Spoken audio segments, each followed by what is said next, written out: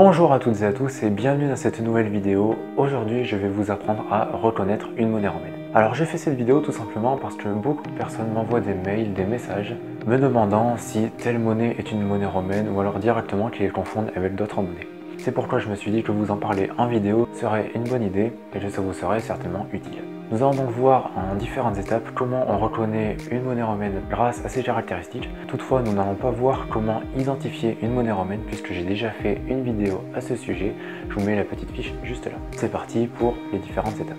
La première étape, c'est de regarder la forme de la monnaie. Les Romains, à l'époque, n'avaient pas les mêmes technologies que l'on a aujourd'hui, ou même que l'on possède depuis plusieurs dizaines voire centaines d'années. Donc ils faisaient des monnaies qui avaient une forme assez irrégulière. Par exemple, on peut voir cet antoninien qui a carrément une forme vraiment irrégulière. Alors regardez, il y a un bout qui se balade par là. Ou alors, après vous avez cette monnaie qui est un petit peu plus ronde, même si on voit que la forme reste très irrégulière. Ou encore celle-ci qui est un sesterce de commode, où là la forme est quasiment ronde, mais on voit qu'elle est légèrement ovale par endroits. Il y a certains endroits où elle est un peu aiguë, etc. Donc on peut voir que ce n'est pas un rond parfait. Évidemment, il y a des exceptions, comme avec cette monnaie qui est en humus. Et ici on peut voir que la monnaie est presque parfaitement ronde. Mais dans la plupart des cas, les monnaies sont irrégulières, ou du moins ont une forme légèrement ovale, pas tout à fait ronde. La deuxième étape, c'est de regarder l'épaisseur de la monnaie, puisque les monnaies romaines sont des monnaies qui sont en général très épaisses. Alors, comme on peut le voir sur ces différentes photos, les monnaies sont assez épaisses. Par exemple, là, on a un sesterce qui fait plusieurs millimètres d'épaisseur. Ici, on a un denier qui doit faire 1 ou 2 mm d'épaisseur, ce qui est énorme comparé à son diamètre. Il doit faire dans les 18-19 mm à peu près. Donc, c'est comme ça pour la plupart des monnaies romaines. Évidemment, il y a des exceptions, notamment avec les antoniniens, qui est un certain type de monnaie romaine en billon, et qui sont dans la plupart des cas assez fins, comme on peut le voir juste ici.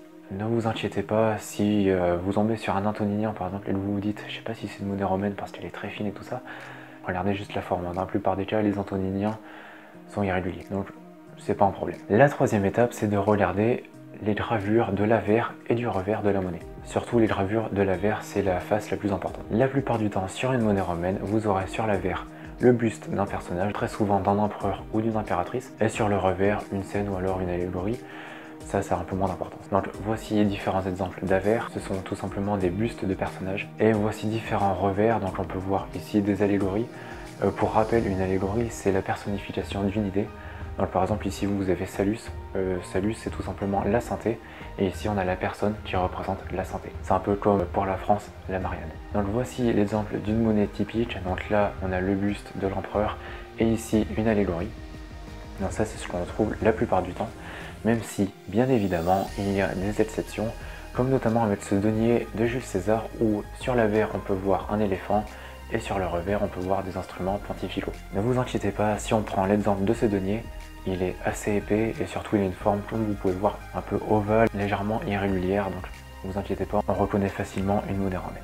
Rien qu'avec ces trois étapes, vous pouvez facilement reconnaître une monnaie romaine. Je pense que en reconnaître ne serait-ce que 2 sur 3, c'est déjà pas mal pour pouvoir identifier une monnaie. Je vous en présente une quatrième qui sera là pour compléter, puisque c'est une étape un peu plus compliquée à repérer. C'est tout simplement de lire la légende. Alors j'ai déjà fait une vidéo complète à ce sujet, donc vous avez la fiche juste ici. Mais ici, je vais vous rappeler brièvement différentes choses. La légende, c'est la suite de lettres qui est autour de la monnaie. Donc comme vous pouvez le voir juste ici. Et cette légende est écrite en latin. Je vais y revenir plus tard. Déjà, la légende en elle-même, qu'est-ce qu'elle nous apporte? Eh bien tout simplement, elle nous permet de différencier les monnaies romaines des monnaies gauloises par exemple. Puisque les monnaies gauloises, dans la plupart des cas, ont également un buste sur l'avers et une scène sur le revers ou une allégorie. Donc c'est assez proche des monnaies romaines. Elles sont épaisses et elles sont en général irrégulières. La légende, tout simplement, nous permet de différencier avec une monnaie gauloise, puisque les monnaies gauloises n'en possèdent pas dans la plupart des cas. Donc ça déjà c'est un point assez important. Maintenant, pourquoi est-ce que c'est important qu'elles soient écrites en latin? Puisque ça nous permet de la différencier avec les monnaies grecques. Puisque les monnaies grecques ont des légendes qui sont écrites en grec bien évidemment. Pour reconnaître qu'une légende est écrite en grec, eh bien il faut repérer différentes lettres qui sont assez reconnaissables, comme par exemple alpha, delta, bêta, oméga et tout ça. C'est pas un problème de ce côté-là. Toutefois, il y a une exception qui est assez compliquée, ce sont les monnaies provençales, et qui sont tout simplement des monnaies romaines frappées en Grèce, et qui sont des monnaies romaines avec une légende grecque. Ça, ne vous inquiétez pas, c'est juste une exception. Pour en revenir à la légende des monnaies romaines, elles sont écrites en latin, et même si vous n'avez jamais fait de latin, ce n'est pas grave, Moi personnellement, je n'ai jamais fait de latin, je ne parle pas un seul mot de latin, donc il n'y a pas de souci à ça. Il faudra juste savoir la lire et franchement, ce n'est pas compliqué. Donc déjà, comment on reconnaît qu'une légende est écrite en latin? Eh bien, il faut au moins regarder les U, puisque les U sont remplacés par des V sur les monnaies. Par exemple, si on écrit Auguste, donc le titre d'Auguste, un latin qui se prononce Augustus, eh bien, sur une monnaie, il sera écrit Augustus avec des V à la place des U. Également, sur la légende, il y a différents sigles qui sont écrits, comme par exemple, parmi les plus connus, vous avez AVG, qui signifie Augustus. Vous avez également COS, COS, qui signifie consul, qui est également un titre. Vous pouvez avoir SPQR, qui est tout simplement la devise de l'Empire romain. Et après, vous pouvez avoir évidemment le nom des empereurs, donc par exemple Commodus pour Commode, Antoninus pour Antonin, Gallienus pour Galien, etc., etc. Voilà pour les différentes étapes. Normalement, avec tout ça, vous devriez réussir à reconnaître facilement une monnaie romaine, et pour l'identifier, je vous invite à aller voir la vidéo, je vous remets la fiche juste là, ou sinon le lien sera directement dans la description. Si toutefois vous avez toujours un problème pour identifier une monnaie ou ne pas reconnaître si c'est une monnaie romaine ou pas, et bien dans la description vous aurez mon compte Instagram, vous aurez également mon email, comme ça si jamais vous avez un problème, vous m'envoyez un mail ou un DM sur Insta, et puis je vous aiderai du mieux que je le peux. Également dans la description, vous retrouverez le lien vers mon site internet qui est empiredesmonnaies.fr. Alors c'est un site internet où je donne différents conseils par rapport aux monnaies romaines, différentes connaissances que je partage également. Je vous invite tout simplement à aller voir ça si ça vous intéresse.